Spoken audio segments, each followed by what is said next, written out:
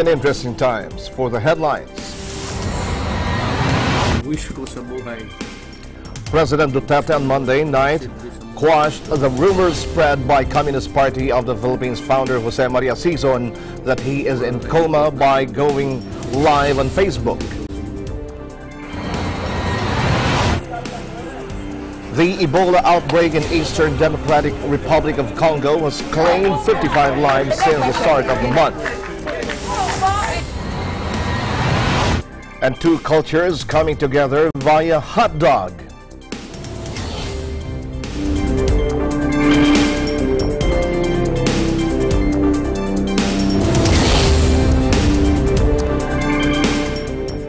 We welcome our viewers here in the Philippines and around the world. Good evening, everyone. I'm Sam Cepeda.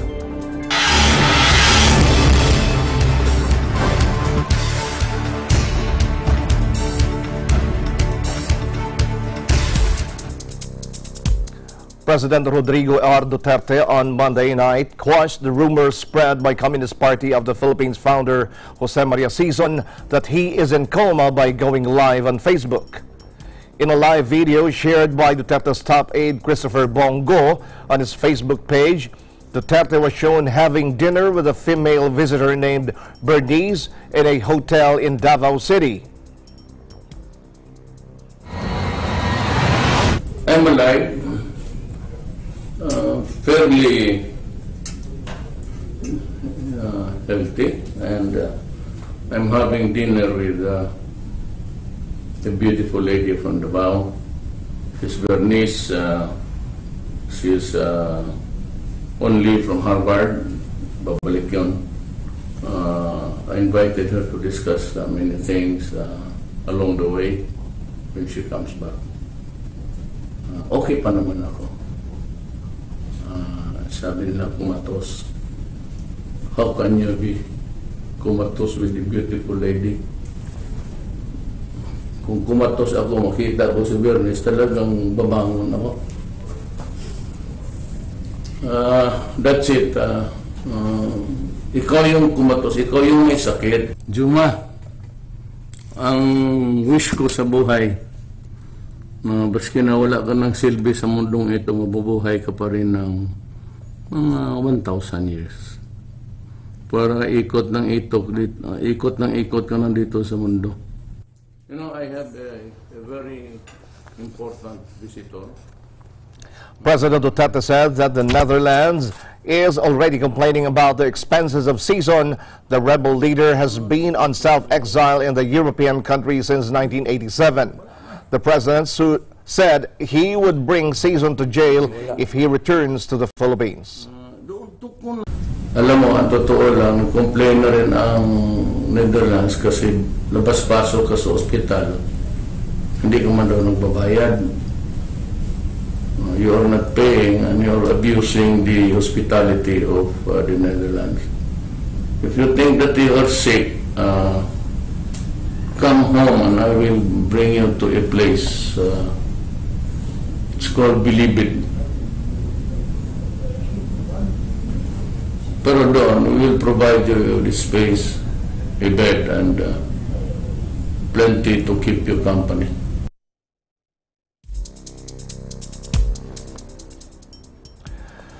The Department of Transportation has vowed to implement a roadmap that will improve the operations of airports in the country after a Xiamen Airjet skidded off the runway of the Ninoy Aquino International Airport on NAIA Thursday night, resulting in thousands of stranded passengers due to delayed flights. In a statement, the DOTR said it is improving the facilities and structures of existing gateways such as NAIA Terminal 1 and 4 and building alternative airports such as Sangli and Bulacan to decongest NAIA. It will also be establishing air traffic control and management systems. Meanwhile, the DOTR reiterated that safety protocols were implemented in removing the aircraft, noting that the NAIA management took several hours to remove the aircraft due to its massive weight and highly combustible material that might cause fire or explosion. A high-capacity telescopic crane was also deployed to lift the plane as it landed on a muddy terrain amid heavy rains and strong winds. The DOTR said the incident will serve as a reminder to review the Air Passenger Bill of Rights and intervention measures between the airlines and airport management, assess equipment inventory, and improve the training modules at airports and cases of emergencies.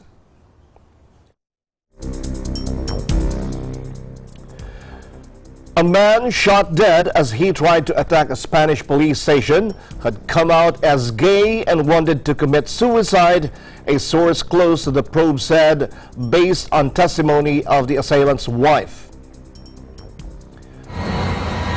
Abdelouahabad Taib, a 29-year-old Algerian man, invoked the name of Allah during the assault early Monday morning in the town of Cornellà de Llobregat in the region of Catalonia.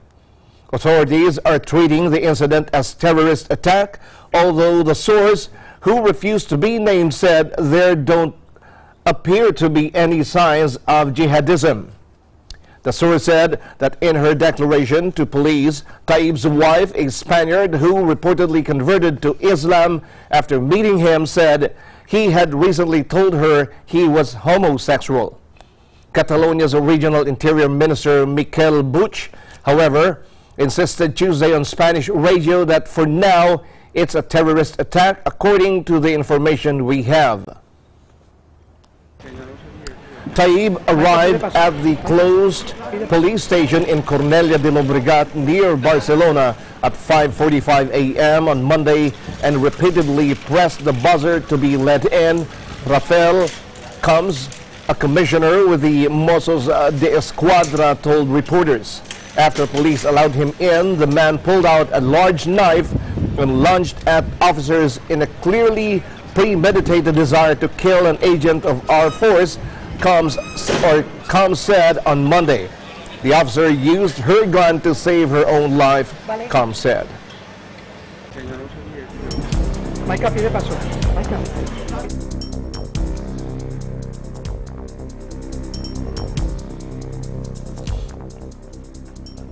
Eight hikers died when a mountain river suddenly flooded in Italy's southern Calabria region, with 5 people still missing, local emergency services said on Monday. A statement from the prefecture of Cosenza, capital of the province where the flooding hit, said 23 people were saved and 5 were still missing, as well as the 8 fatalities. It also said there were 2 groups of 18 hikers at the site. The Corriere della Sera Daily reported the 8 dead were 4 men and 4 women, while 2 of the 23 rescued were children, including a girl with hypothermia who was taken to hospital by helicopter. A local guide is among the 5 missing, according to the newspaper. The dramatic gorges carved by the Raganello River are only recommended for experienced hikers due to the many challenges posed by the route, which at certain times of the year is rendered off limits.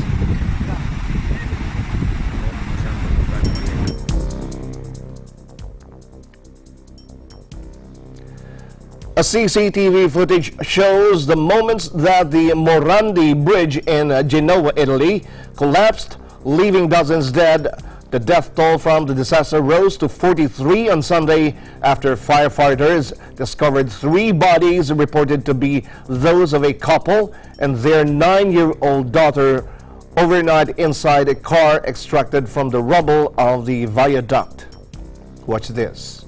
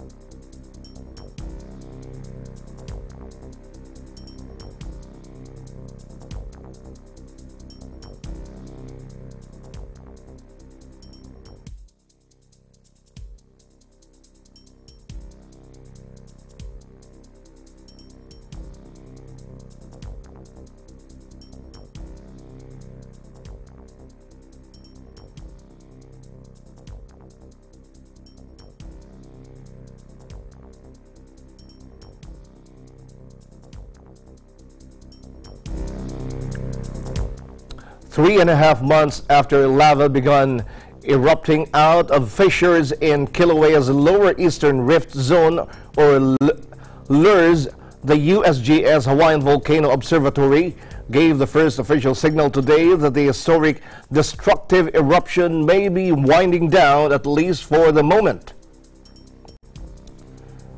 The U.S. Geological Survey issued a watch for Kilauea's ground hazards, down from a warning. But scientists say this doesn't mean the eruption, which has destroyed more than 700 homes since May, is over. Kilauea has paused for days, weeks, and even months during previous eruptions. The agency has maintained a warning alert for Kilauea since May 3, when cracks began shooting lava out of the ground in the Big Island's Lailani Estates neighborhood. The USGS goes on to warn that areas of cooling lava are still quite unstable and dangerous. Yeah. I'm going to tell them that. Yeah, I'm going to tell them that. Oh, yeah?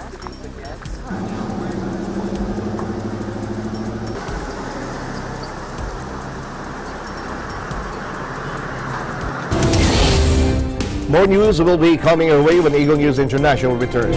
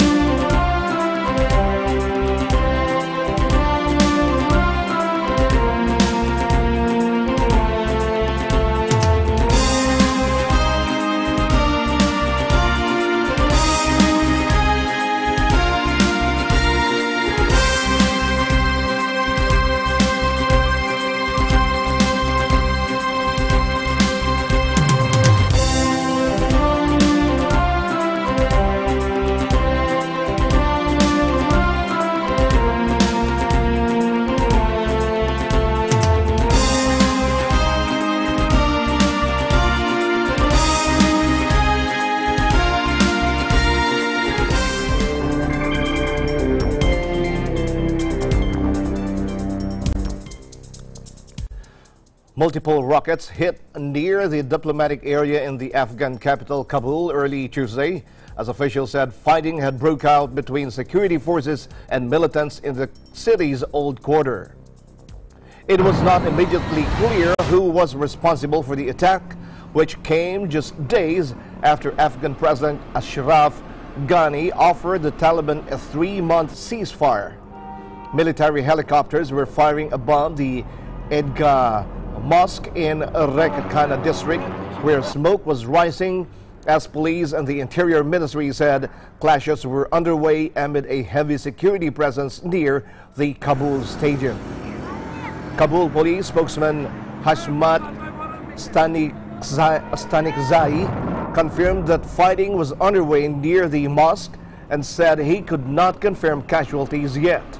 The truce offer was welcomed by the United States and NATO after 17 years of war, but the Taliban have yet to respond.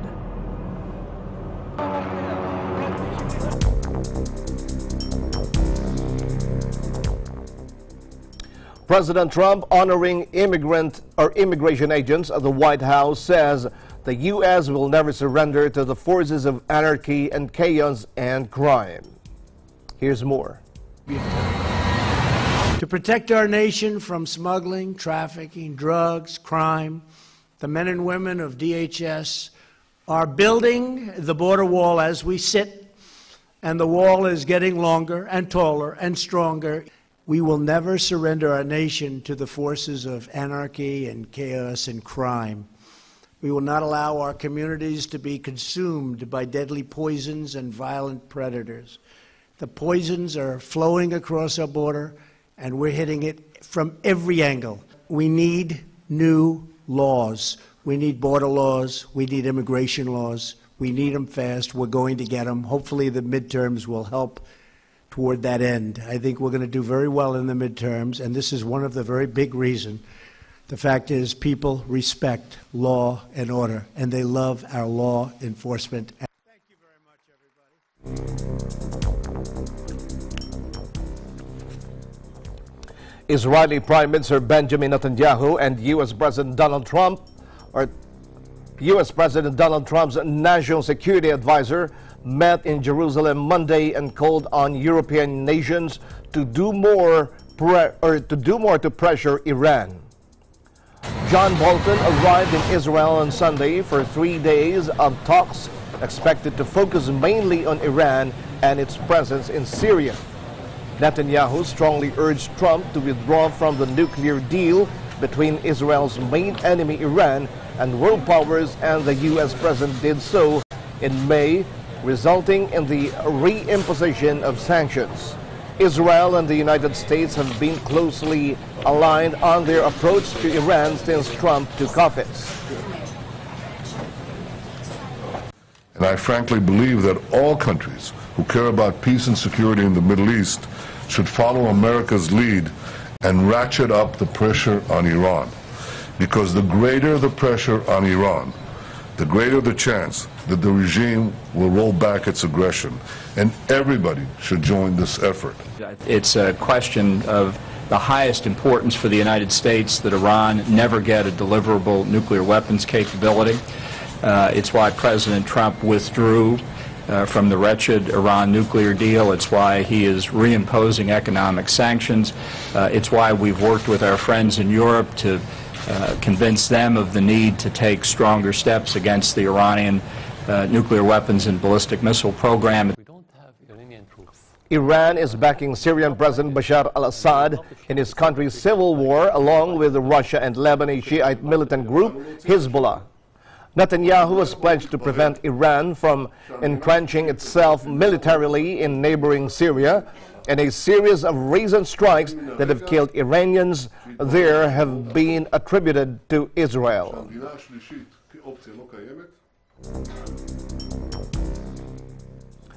Armed assailants injured several policemen during attacks in 3 locations in the Russian Republic of Chechnya. Chechnya's Interior Minister Ruslan Alkanov said the assailants attempted to destabilize the situation in Chechnya but have been stopped. He says no officers were killed. Преступники попытались дестабилизировать обстановку. Благодаря четким слаженным действиям правоохранительных органов и силовых структур им это не удалось, замысел их был сорван. Обстановка на территории нашей республики под контролем правоохранительных органов и силовых структур, поводов для беспокойства нет. Потерь среди личного состава правоохранительных органов нет, есть. Russia's investigative committee said it had launched probes into 3 separate attacks against police, including a failed suicide bombing. In the first attack on Monday morning, 2 men entered the district police department in the town of Shali and wounded a pair of policemen with knives. Investigators said in a statement that 2 assailants were shot dead. In the village of Mesker Yurt, north of Shali, a man with a backpack attempted a suicide bombing near a police post, but police officers and civilians were not harmed by the blast. The third incident occurred on the outskirts of the Chechen capital Grozny, where a man attempted to run over a traffic policeman in his car and subsequently hit two more officers. As he was chased, the criminals were neutralized. ISIS claimed responsibility for the attacks, the site monitoring group reported, citing the jihadists' main propaganda agency, Amaq.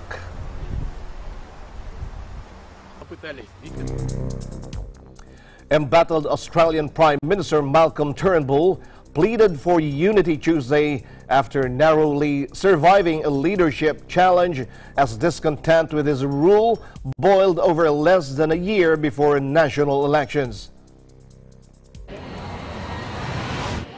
Turnbull, considered a moderate,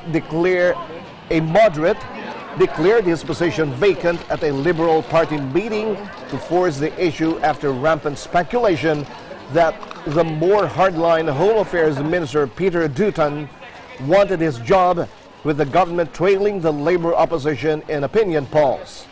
The Prime Minister won the vote 48-35, Liberal Party MPs said.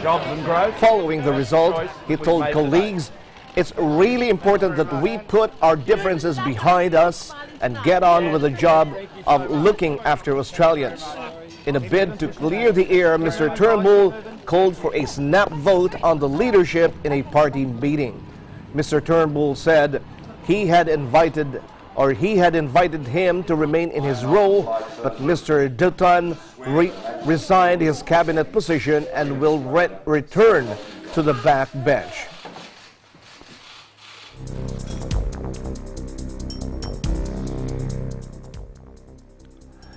Nearly 50 Colombian and Venezuelan women sexually exploited in nightclubs were rescued during a police raid in the tourist port of Cartagena, according to Colombian prosecutors. Watch this.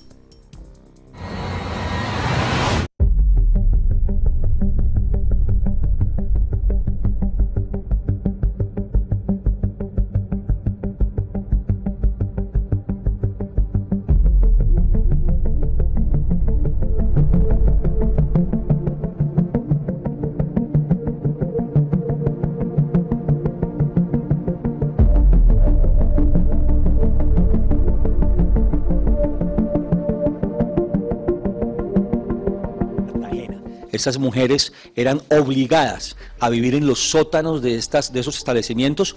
Allí obtenían manutención y alojamiento a cambio de comercializarse sexualmente bajo las redes de proxenetas.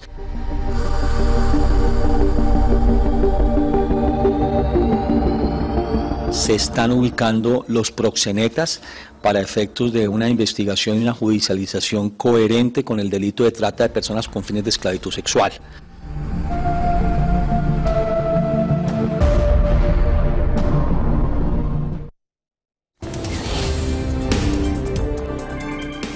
We'll be back with more news right after this break.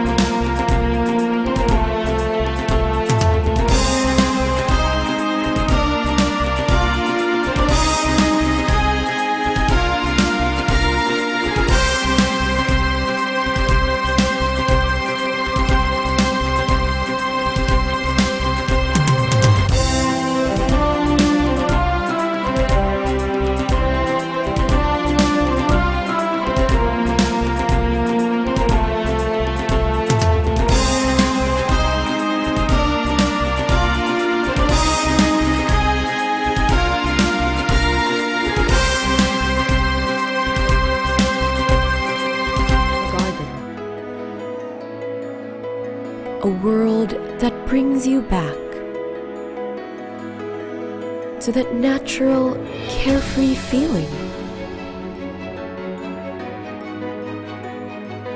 of joy and happiness. A place where art becomes your song to strengthen bonds. Creating your moments, kindling your passion.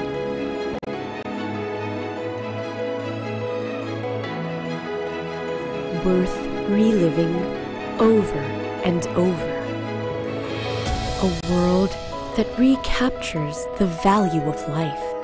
Breathe. This is your world, your life, your garden.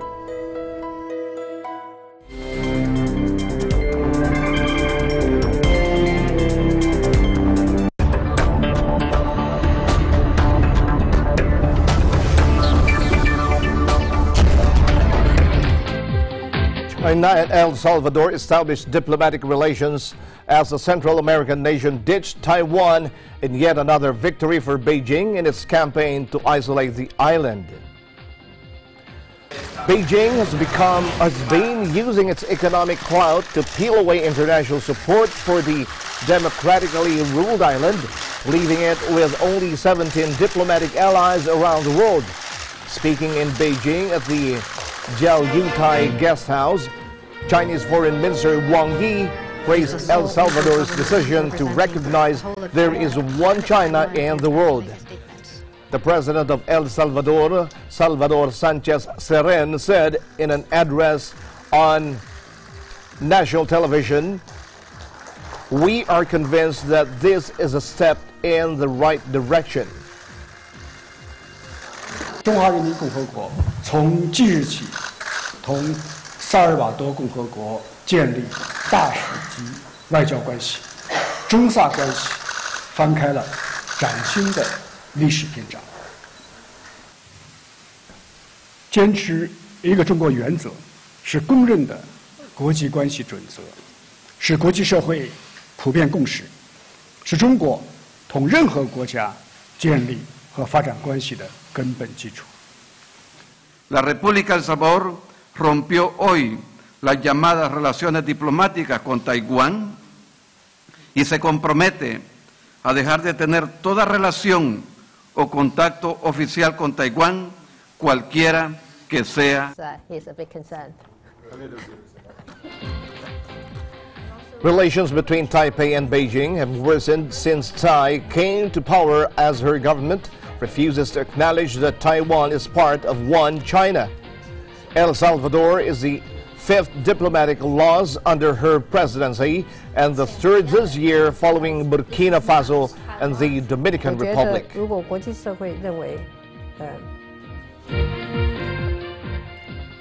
Meanwhile, Taiwan announced that it had broken off diplomatic ties with El Salvador as it believes the Central American country will establish ties with Beijing. Foreign Minister Joseph Wu condemned China's crude actions as he made the announcement. "We will not engage in dollar diplomacy with China," said Wu, adding that El Salvador had been asking for huge funding for a port development project which Taiwan was unwilling to give because it would leave both countries in debt. Beijing has stepped up pressure on her government by blocking Taiwan from attending a growing list of international events and staging a string of military drills around the island.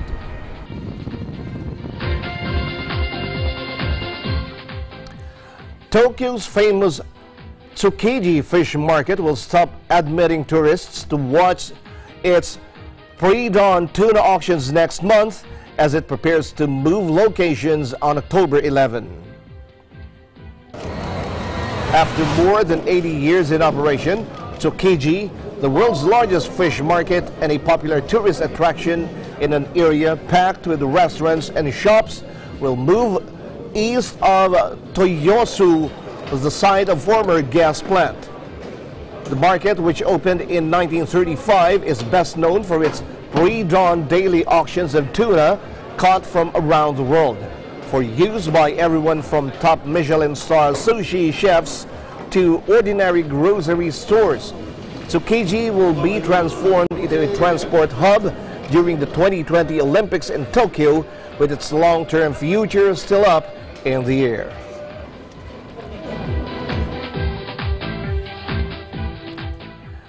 New banknotes stripped of 5 zeros entered circulation in Venezuela on Monday as part of President Nicolas Maduro's radical plan to curb hyperinflation, but business leaders branded the move as counterproductive.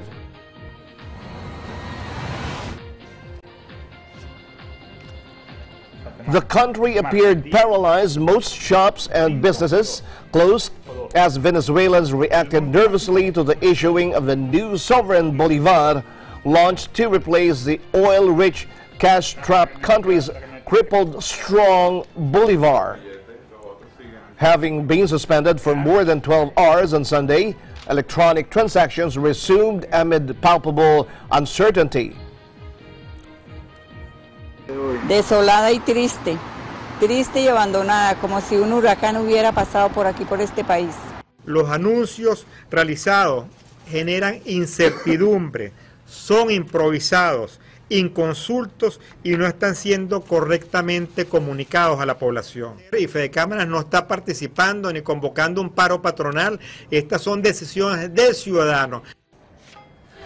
Inflation that the International Monetary Fund predicts will reach 1 million% this year rendered the old Bolivar currency practically worthless, while the economic crisis has driven more than 2 million people to flee the country, according to the United Nations.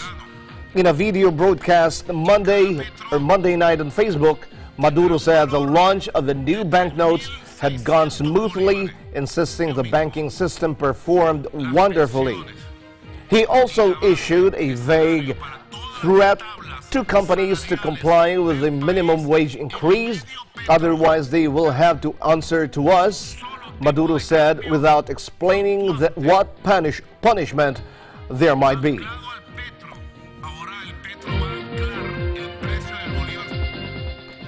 On the border with Brazil, the flow of fleeing people continued, despite some 1,200 being driven back over the weekend in anti-immigrant or anti-migrant violence that got so bad, President Michel Temer sent troops to the area to restore order. Watch this.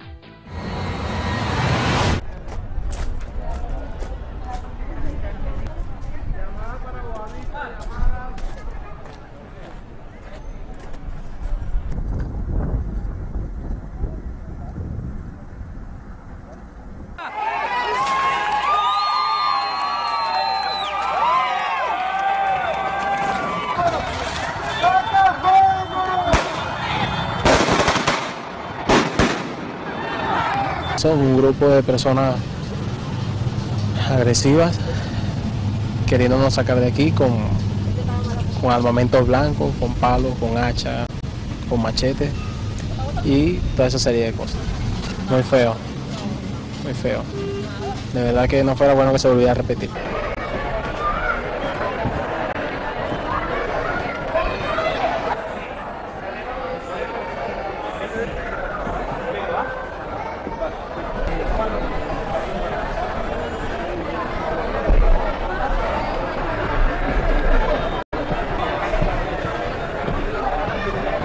Disso, as pessoas se rebelaram por achar que perderam seus direitos para os venezuelanos. Então, a violência talvez tenha surgido a princípio disso, a princípio destas formas que as pessoas criaram.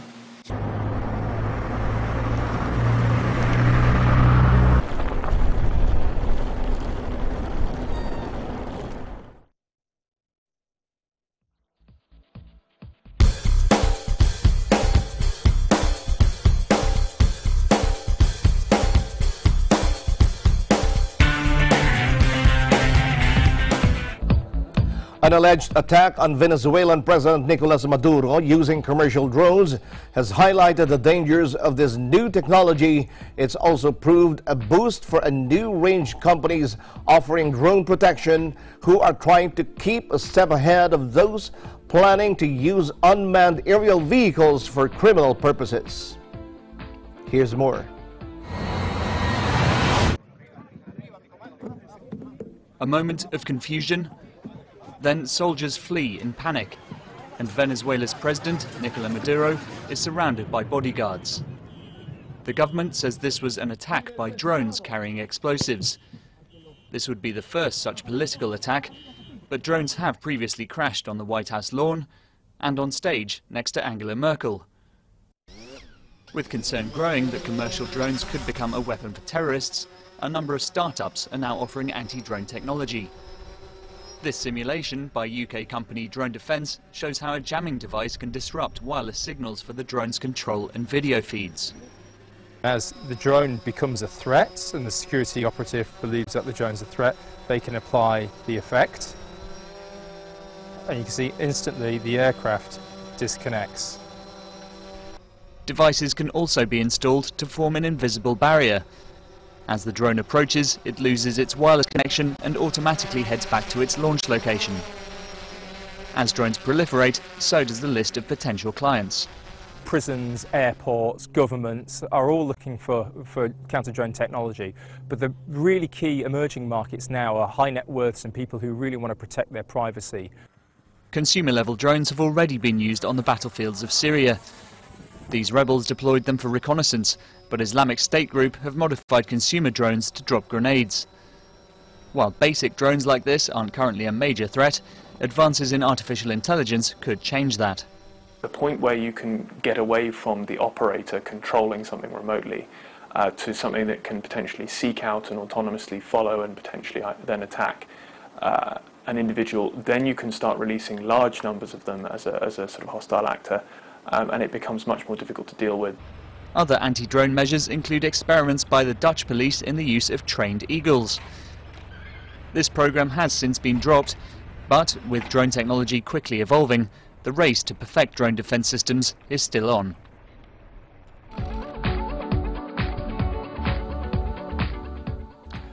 U.S. First Lady Melania Trump renewed her campaign to tackle cyberbullying as her husband lit up the internet with a stream of invective against his perceived foes. Appearing at a health department building outside Washington, the Slovenia-born First Lady urged tech companies to listen more to children's ideas and concerns about online bullying. Social media is an inventable part of our children's daily lives. It can be used in many positive ways, but can also be destructive and harmful when used incorrectly. This is why BEST chooses to focus on the importance of teaching our next generation how to conduct themselves safely.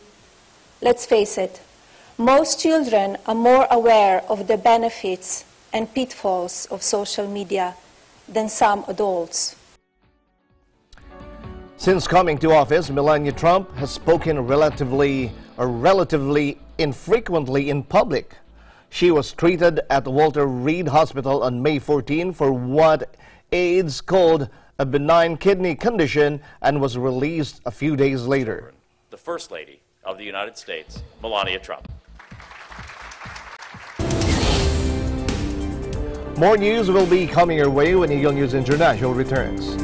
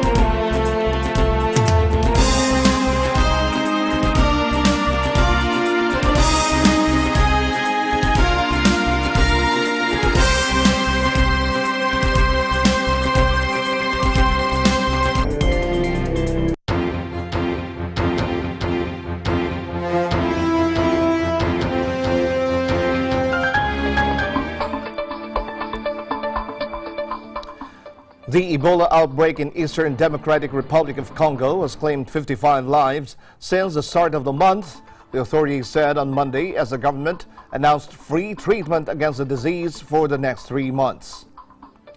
The Health Ministry's latest bulletin said that the death toll had been increased following 5 new victims in Mabalako, Mangina, close to Beni, the epicenter of the outbreak in the North Kivu province.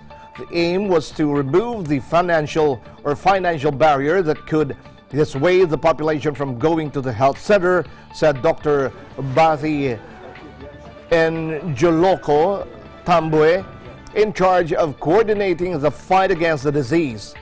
The quest for vaccine grew increasingly urgent during an Ebola epidemic that killed more than 11,300 people in the West African states of Guinea, Liberia, and Sierra Leone in 2013 to 2015.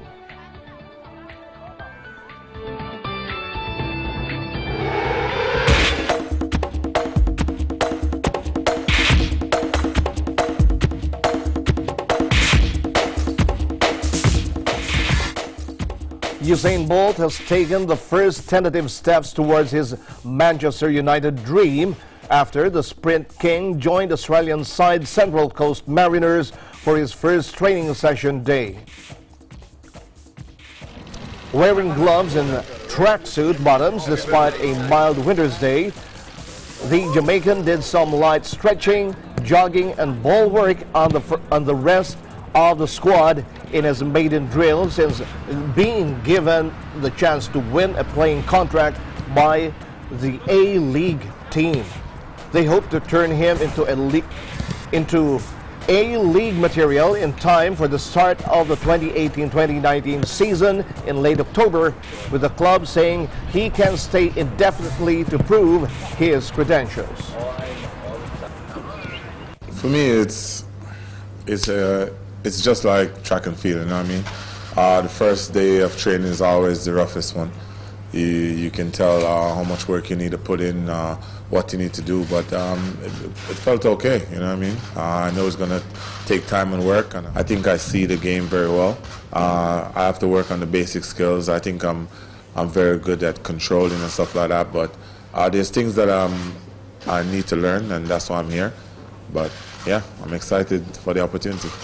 With me, I like new challenges, you know what I mean? I challenged myself in track and field, and I did extremely well. I got to the top, and I decided that it's time for me to walk away. And football has always been something that is a passion of mine that I enjoy. One of my biggest things is always to play for Manchester United, so I think that could be my biggest dreams. You know what I mean? It can't get bigger than that. If it's just for 5 games, 1 game, you know what I mean, it would be a dream come true because, as I said, I'm a massive fan, you know what I mean? And this is a start.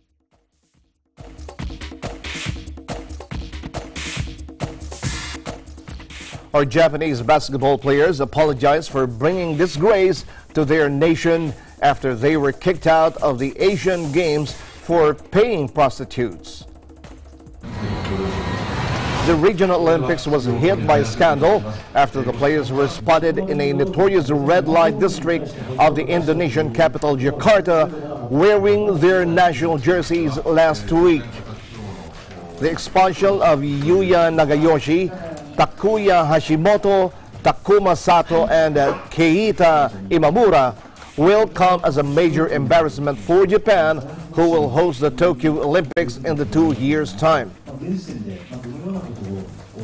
日の丸を胸に戦いに臨んだ選手のする行動ではないと私は思っています。そしてバスケットボールとスポーツを愛する皆様、本大会アジア競技大会に参加されている選手団の皆様、そしてチームメイトスタッフに対し多大なるご迷惑をおかけし深く反省しております。この度は本当に申し訳ありませんでした。その場の雰囲気を考えても少しやばい、少し良くないことをしてるんじゃないのかという、気持ちはありました。今までのバスケットボールの歴史に傷をつけるようなことをしてしまって本当に申し訳ない気持ちでいっぱいです。 The basketball players had dinner after leaving the games village last Thursday and are believed to have been solicited by a pimp to go to a hotel with women. The story broke after the four who play in Japan's B League were spotted in the red light district by a reporter for Japan's Asahi Shimbun newspaper.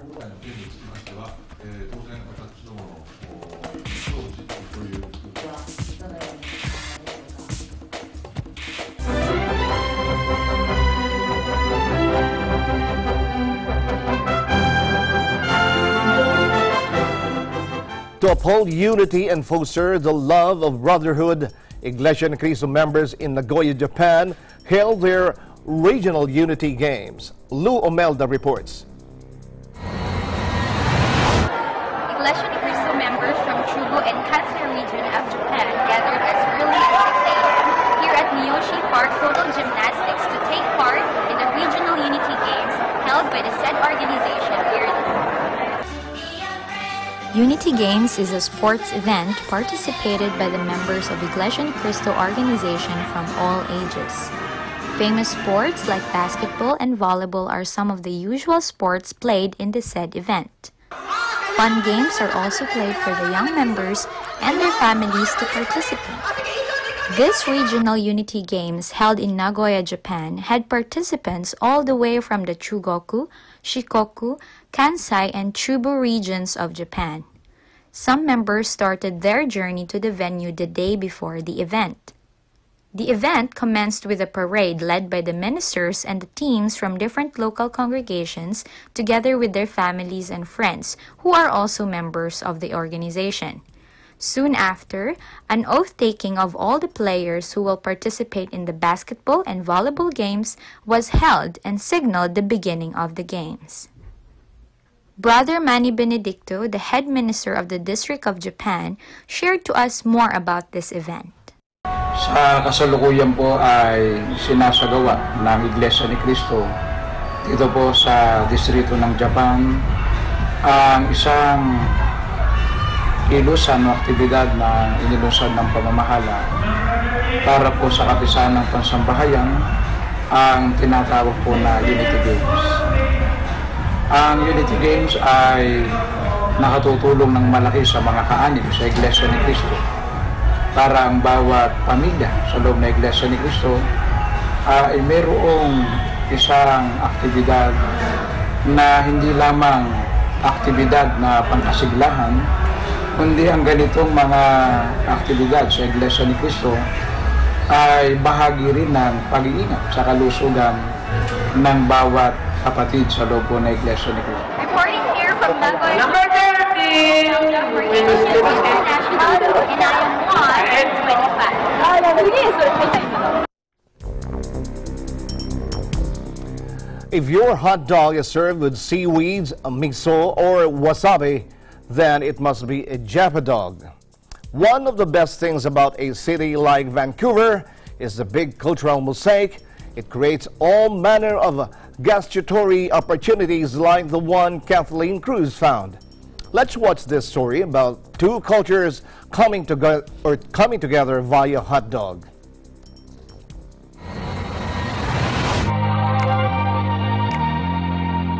Japa dog. Yes, you heard it right. It's considered the most famous Japanese-style hot dog here in Vancouver, Canada. Come with me as we show you how this sushi-inspired hot dog has become the talk of town here in Vancouver. Itadakimasu! Let's eat! Comes with its umami unique taste. Japa Dog has been a hit here since Noriki Tamura, Japa Dog owner, opened his first stand in the beautiful coast of Vancouver. This unique gourmet hot dog started in 2005 when Noriki came to Canada with his ultimate dream to open up a business in another country and share Japanese food with Canadians. 少しでもお客さんにやっぱり幸せになって、ハッピーになって夢を与えていきたいなとそれであと、ワクワクしていただきたいなと、こういう思いで、ホットドッグの商品開発をしています。サムライスピリットが違うとそこには愛があったりですとか、やっぱりお客さんのために美味しいホットドッグを提供して、ホットドッグだけじゃなくて、その奥にある幸せなものとか夢とかワクワク感とか、そういったところまで提供していきたいなと思ってやってます。Japadog menu speaks diversity. Can you imagine eating hot dog topped with teriyaki sauce, Japanese mayo, seaweed, and bonito flakes? Here with me is the owner of Japadog, Noriki, and he's about to tell us the different types of Japanese-style hot dogs. ネギ味噌、黒ごまキムチ、お好み、スパイシーチーズテリマヨ、黒豚テリマヨ、おろし、神戸ブラセル。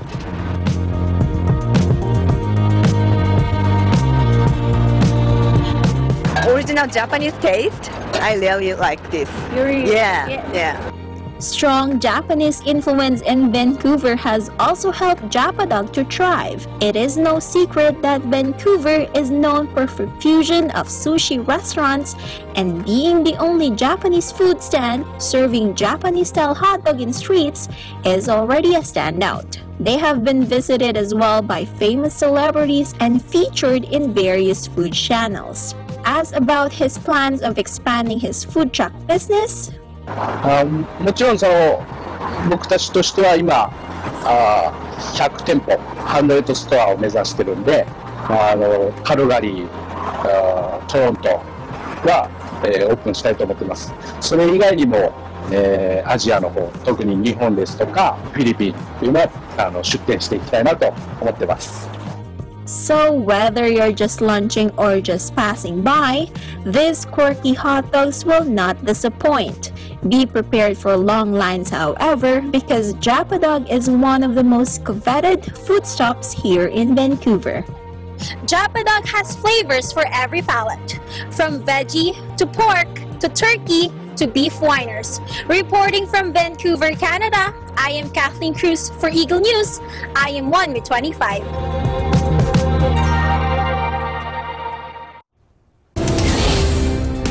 Don't forget to like us on Facebook, follow us on Twitter and Tumblr. Also check out our boards and Pinterest and pictures on Instagram. I'm Sam Cepeda. Thanks for joining us. And I'm 1 with 25.